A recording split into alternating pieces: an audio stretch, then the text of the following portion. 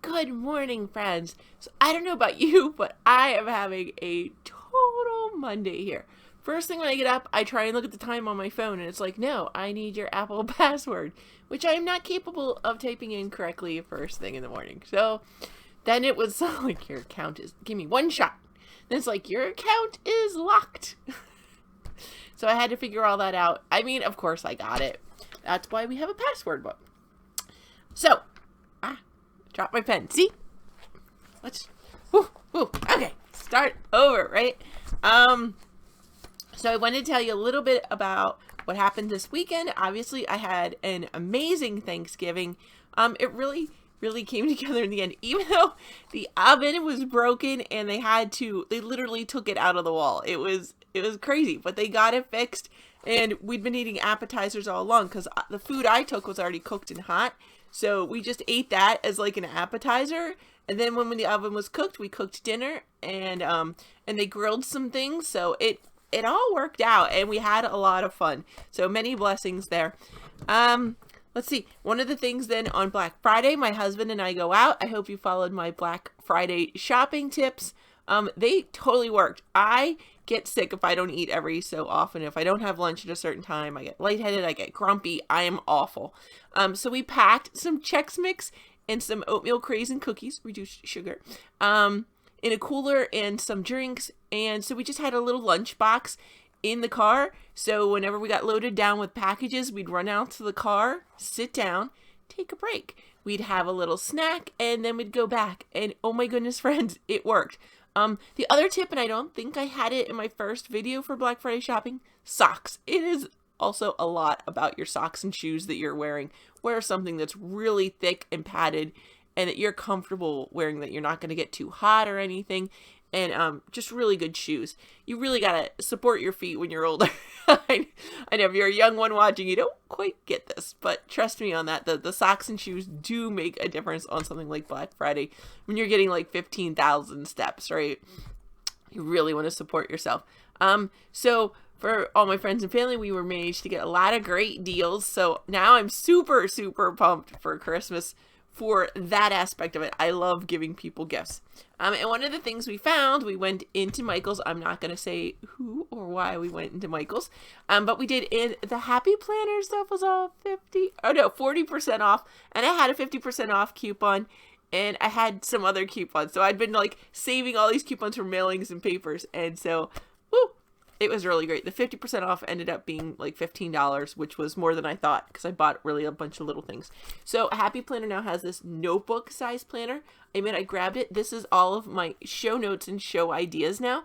So it's separate, but I can take the pages out and pop it into the calendar wherever I need. They still fit into, right? They have the same spacing. So I can take these out and pop them in when I have a date. Like if say I have a guest lined up, and it has this little triangle at the top. So I'm writing G if it's a guest. So I can just pop it into the appropriate spot in my main planner when it's time to go. So I'm super pumped about this. And it's super cute. I left the stickers on so you could just kind of see what it looks like. It comes with 60 sheets. It's called a little notebook. Oh, it says the Happy Planner Girl. Well, whatever. I liked it. It says, chase your purpose and success will follow. And it's just these little sparkly stars. I thought it was super cute. Oh, it's called the Stargazer. Okay. Well, there you go. That's why. I thought. So here's the back cover. Looks like super cute. And if you don't quite like that, they have inside, it's just kind of like more outer spacey black with a few purple sparkles. So if you like that darker color, they have that for you too. And again, remember, you can change these rings out if you want, whatever. So I'm pretty pumped about this. And this was reminding me about something that I had read this weekend. So, you know, I'm part of the secular Franciscans. We've been pretty clear about that. Here's my towel. Who's not behaving? That's our habit, like a monk's habit. This is our habit, wearing this. So Jan Parker is currently our national minister in the U.S., and he sent out I don't know what time it was. It was a minister's message. And these are always so insightful. So Jan sent it out. And he had been reading Franciscan morning and evening praise. And I probably hadn't told you about that. For Liturgy of the Hours, friends, that's another option for Franciscans. We can use the Franciscan morning and evening praise book. I don't currently have one. I hear it's really big. I just don't have it yet. Pretty excited to get one. When I do, I will absolutely share it with you. But I don't have it yet. So the readings for the day included from Ephesians and then a reading from St. Boniface. And so the reading in Ephesians was about, it's Ephesians 1:18. Having the eyes of your heart enlightened, that you may know what is the hope to which he has called you, what are the riches are the glorious inheritance of the saints. And then it goes on in chapter 2, it says, and he made you alive when you were dead through the trespasses and sins. For we are his workmanship created in Christ Jesus for good work, which God prepared beforehand that we should walk in them. So God already prepared our good deeds for us, so they're right there. All we have to do is walk in them. And then, going down a little bit more, members of the household of God, built upon the foundation of the apostles and prophets, Jesus Christ himself being the cornerstone, in whom the whole structure is joined together and grows into a holy temple in the Lord. So what this was reminding me of is, Francis, go out and rebuild your church, and the comments about we're going to build you out of living stones, right? And so we're going to build in the Lord. So the living stones remind me of chapter 2, verse 1 here. He made you alive when you were dead through the trespasses and sins. So we were like a dead rock. But now we're alive. Okay, and what does that mean to be a living stone, right? And here it tells us, if you go back a tiny bit, back to 18, it says, having the eyes of your hearts enlightened. That's so beautiful. That you may know what is the hope to which he has called you. What are the riches of his glorious inheritance in the saints. So God has enlightened us so that we may have hope and riches and glorious inheritance. And that made me think, I know, I'm like jumping everywhere. I was so excited by this reading. And it made me think of, do I have it written down? I think it's 1 Corinthians 3:12, when he talks about building out of, not of sticks and stones, but, or not of sticks and hay, but of gems and rocks. I can't find my phone. I was going to look it up for you. But that is in 1 Corinthians 3:12. Look that up, because it reminded me, that reminds me of the story of the 3 pigs, right? Except instead of bricks, he is saying stones and gems.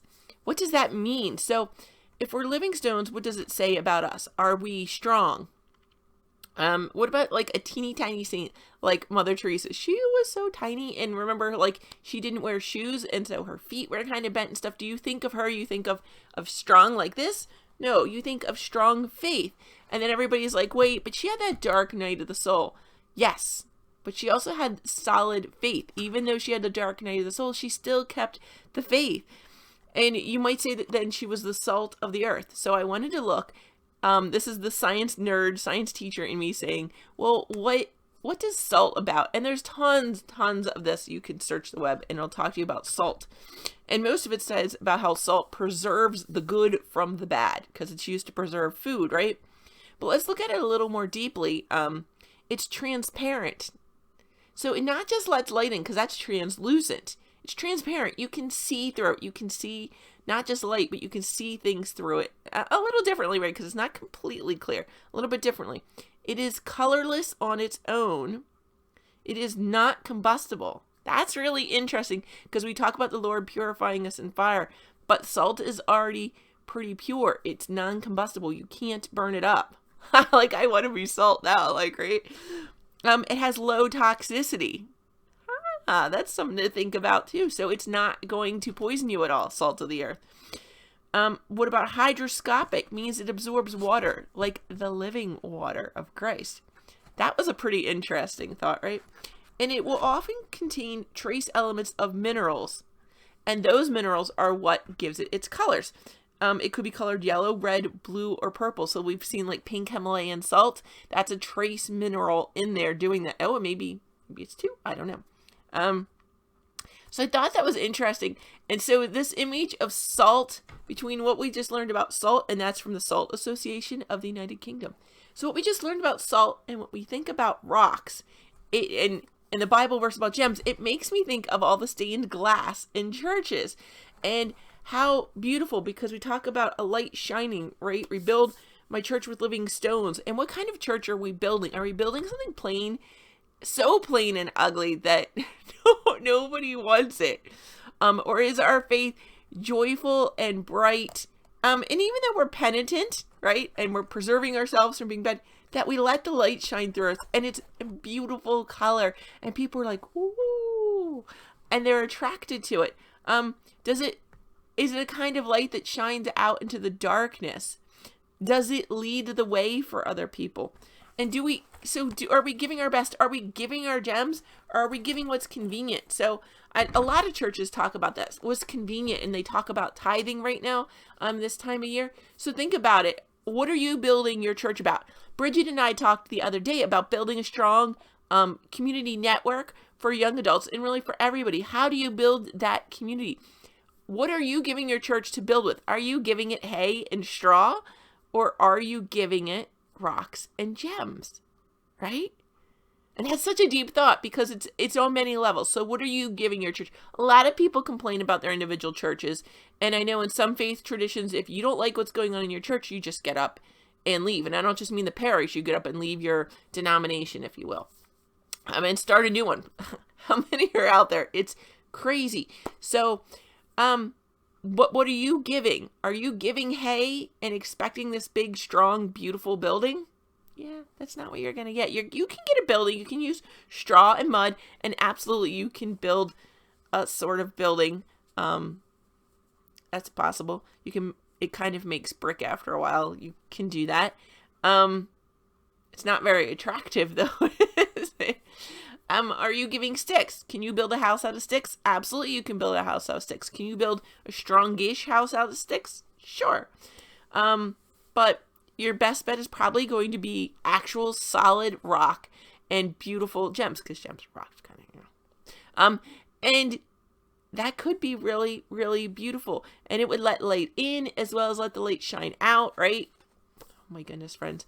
So I'm not just talking about your donations in the weekly collection or your special times of the year donation.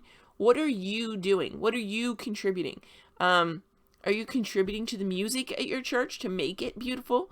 Are you on the committee that's helping to clean the church and keeping it beautiful that way? Are you helping out, welcoming the new parents coming in to prepare their child for baptism, to prepare for marriage? Are you helping in religious ed? I saw there was an article on NPR this week about is the Catholic Church going to have women deaconesses? And it was saying it was giving people hope. That was definitely an angle on that one there. I would have rather they just attacked the issue head on and looked at pros and cons and different people, but it chose to be of the pro-women's ordination group. So a lot of that right there heated a lot of the discussion, and unfortunately turned very angry against women, saying that men were holding women down by forcing them to take care of kids, and that's all women were good for, that lowly job. And they just so denigrated motherhood. And I want to let you know, mothers and other people who support them out there, motherhood is like the most important job. We would have nothing if we don't have kids. And if we don't teach our kids true, beautiful things, we have problems. That's all the part of how the whole public school movement started, because kids were running loose in the street in the Industrial Revolution, right? The kids were running loose in the street and getting into trouble. So they started public schools to give the kids more guidance while their parents were working. Teaching children is a beautiful calling, whether you're a teacher in a public or private school, whether you're a homeschooling mom, whether you're teaching them at home because they're very little. Even with your college kids, you need to be teaching them. They are our future. It is the single most important job. All the other jobs are beautiful and wonderful, and so many of our jobs go together and support life, but motherhood is such a sacred job. So please don't denigrate that. Let's get that out of the way. Motherhood is absolutely beautiful, and women should feel privileged and honored to be a part of it. And we're running out of time. I'm probably going to touch on some of this a little bit more throughout the week, so stay tuned. We're going to talk about lights like that beautiful star over the sweet baby Jesus of Bethlehem. Bye, friends.